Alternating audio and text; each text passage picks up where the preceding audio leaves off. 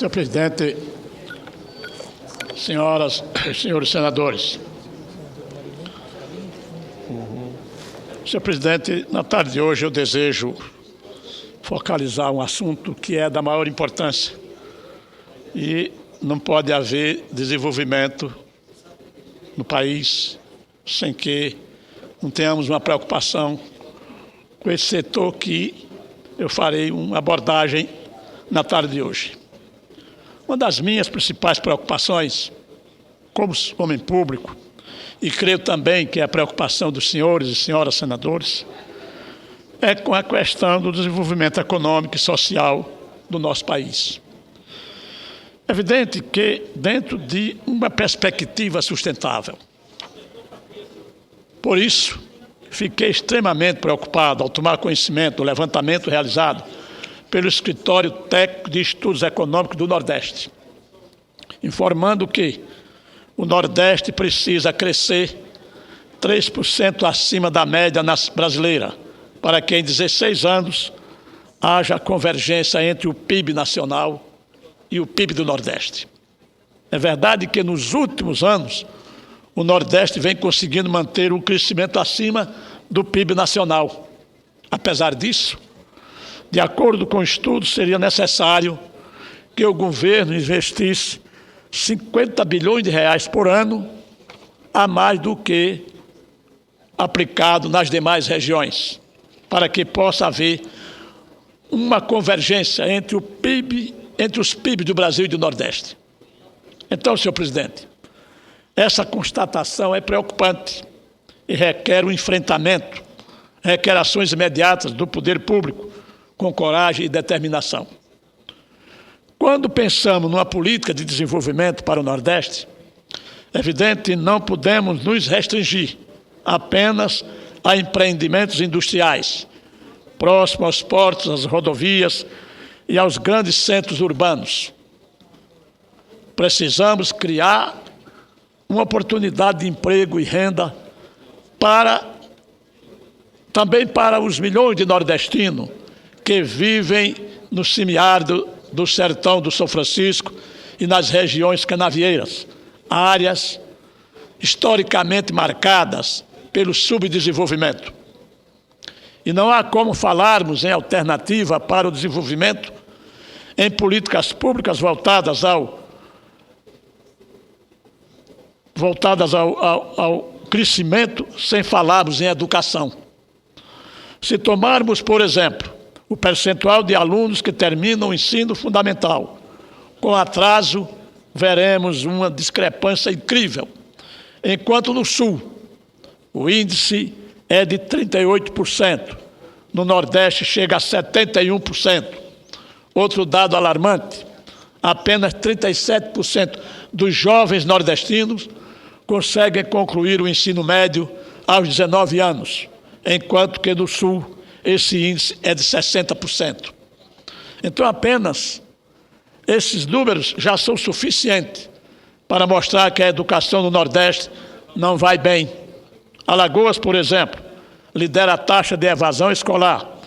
Em 2010, 21% dos alunos das escolas públicas do Estado abandonaram as aulas antes do fim do ano letivo. Alagoas também registra a pior taxa de analfabetismo do país, 24%. Contudo, já houve uma melhora. Em 2004, esse número era de 30%. Os desafios são imensos. Senhor presidente, lutamos em Alagoas contra o sistema perverso, um ciclo vicioso que se arrasta desde o início da nossa colonização pelos portugueses há mais de 500 anos. Ao assumir o governo do Estado, no início deste ano, pela segunda vez, eu renovando o seu mandato, o governador Teotônio Vilela traçou como seus principais objetivos o combate ao analfabetismo, a realização de obras de infraestrutura escolar, o investimento em informatização e a formação de educadores. Um dos mais importantes programas que vem sendo desenvolvido pelo governo do Estado é o programa Geração Saber, com a participação lógica do governo federal, que agrega as principais políticas públicas em educação traçada para Alagoas, com o objetivo de estabelecer uma nova gestão na educação do Estado. Uma de suas principais linhas de ação é o regime de colaboração entre Estado, município e União. Essa parceria é fundamental, porque 75% dos alunos estão matriculados na rede pública municipal e apenas 25% na rede pública estadual. Além do Geração Saber, há outros programas realizados pelo governo do Estado e financiados pelo MEC, como o programa Gestão da Aprendizagem Escolar, Gestar 2, o proletratamento destinado à formação continuada de professores do ensino fundamental, o programa escolar aberta e o programa estadual de gestão integrada do transporte escolar.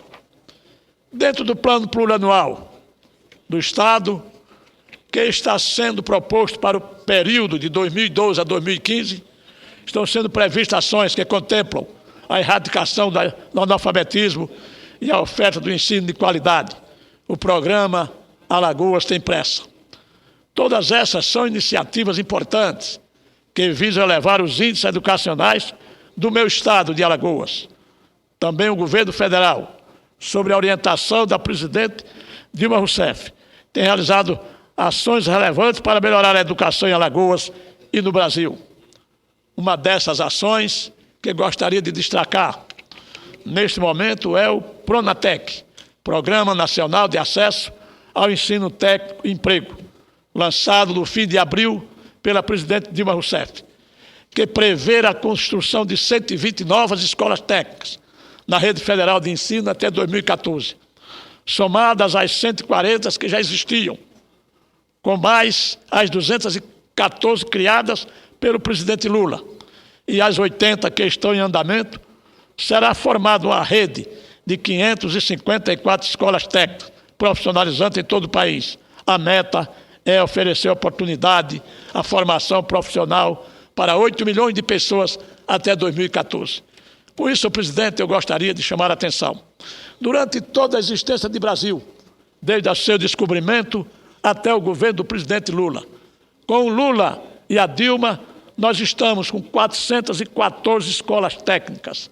Com as 120 já existentes, perfaz 554 escolas técnicas. Ora, durante 500 anos se construiu 120. E, nesses últimos anos, nós estamos com a programação de 414 escolas técnicas. Nos países desenvolvidos, se dá muita atenção ao ensino técnico profissionalizante, ao invés de se incentivar cada vez mais o ensino acadêmico, o profissionalizante, porque ele dá condições para que o jovem brasileiro possa ter a oportunidade de emprego com qualificação. Outro programa importante, senhor presidente, é o ProJovem, que alia o ensino fundamental, a formação profissional, com o envolvimento da comunidade.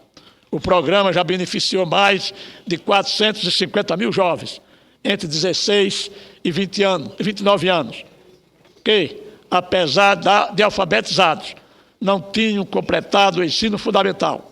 A partir das ações do programa, esses jovens ganharam uma nova perspectiva de integração social.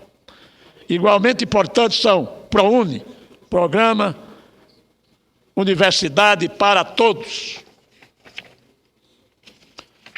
Para Todos, o Plano de Desenvolvimento da Educação, o FIES, Fundo de Financiamento ao Estudante do Ensino Superior, e o Fundeb, Fundo de Manutenção e Desenvolvimento da Educação Básica e da Valorização dos Profissionais da Educação.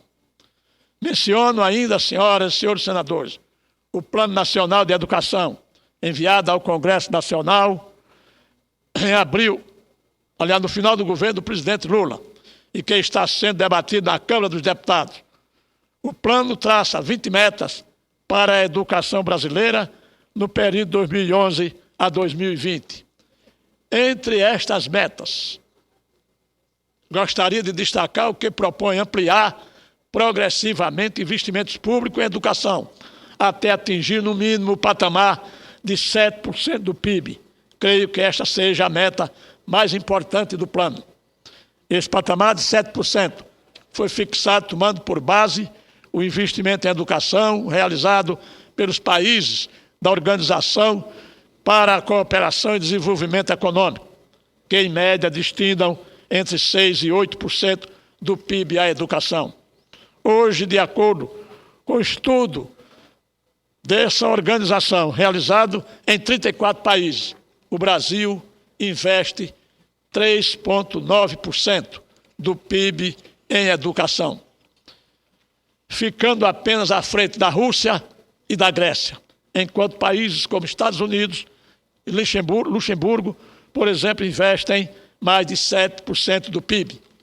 Em termos numéricos, enquanto os países da organização gastam, OCDE, gastam em média $7.000 por estudante ano, no Brasil se gasta apenas $1.300 por estudante ano, desde o primário até a universidade.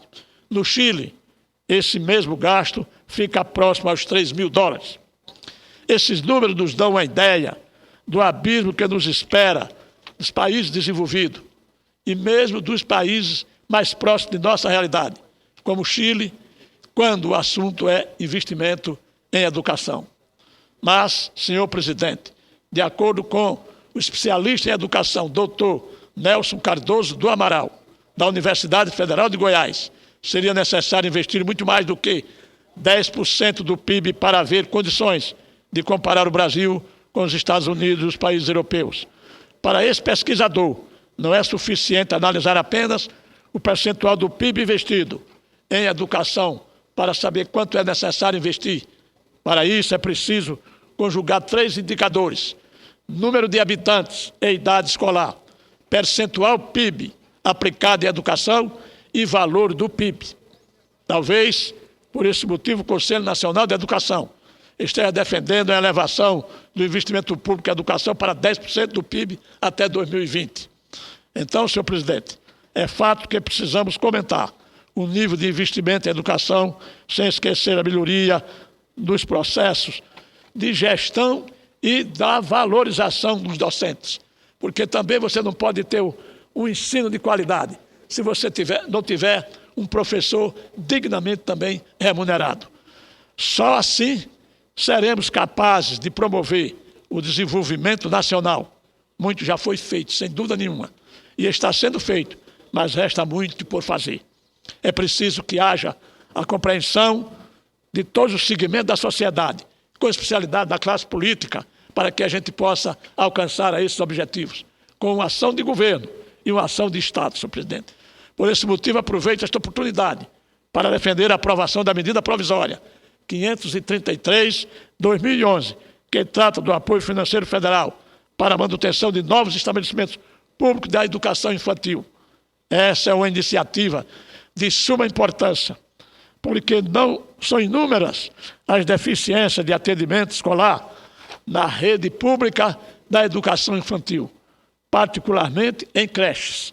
Muitos estabelecimentos funcionam em situações precárias. O aporte de recursos federais viabilizará a construção de mais de 6.200 novas escolas entre 2011 e 2014, beneficiando 1.300.000 alunos. É uma meta, senhor presidente, que eu considero, se não adequada, mas é uma meta que eu considero gradativamente ocupando espaço. E essa meta foi declinada e cantada pela presidente Dilma, que tem essa preocupação. E ela está no caminho absolutamente correto de investir na educação para que você possa ter um país com qualidade e um povo com absoluta com tranquilidade de viver bem. Isso realmente nos dá muita alegria em participar deste convívio. E, ao mesmo tempo, meu partido em apoiar o governo da presidente Dilma, que está, sem dúvida nenhuma, fazendo um trabalho e, como bem disse aqui alguns deputados, não é apenas se preocupar com essa história de corrupção. Nós precisamos, sim, cuidar do desenvolvimento do país, investir para que o país possa, amanhã, dizer que estamos no caminho certo para que a gente possa na verdade, transformando na prática aquilo que a gente fala no discurso. O Brasil será amanhã, sem dúvida nenhuma, a sexta ou a sétima economia do mundo. Mas não podemos ter a sexta ou a sexta economia do mundo e se tivermos aí num país com 16 milhões de brasileiros nordestinos passando fome. Com o programa Brasil Sem Miséria, tenho certeza que dentro desse próximo do governo da presidente Dilma, nós estamos passando para uma outra fase de desenvolvimento dessa nação. Pois bem, senhor presidente, estas são as considerações que eu faço na tarde de hoje, cumprimentando, sem dúvida nenhuma, a presidente, porque ela está voltando às ações de desenvolvimento para o bem-estar da família brasileira. Muito obrigado.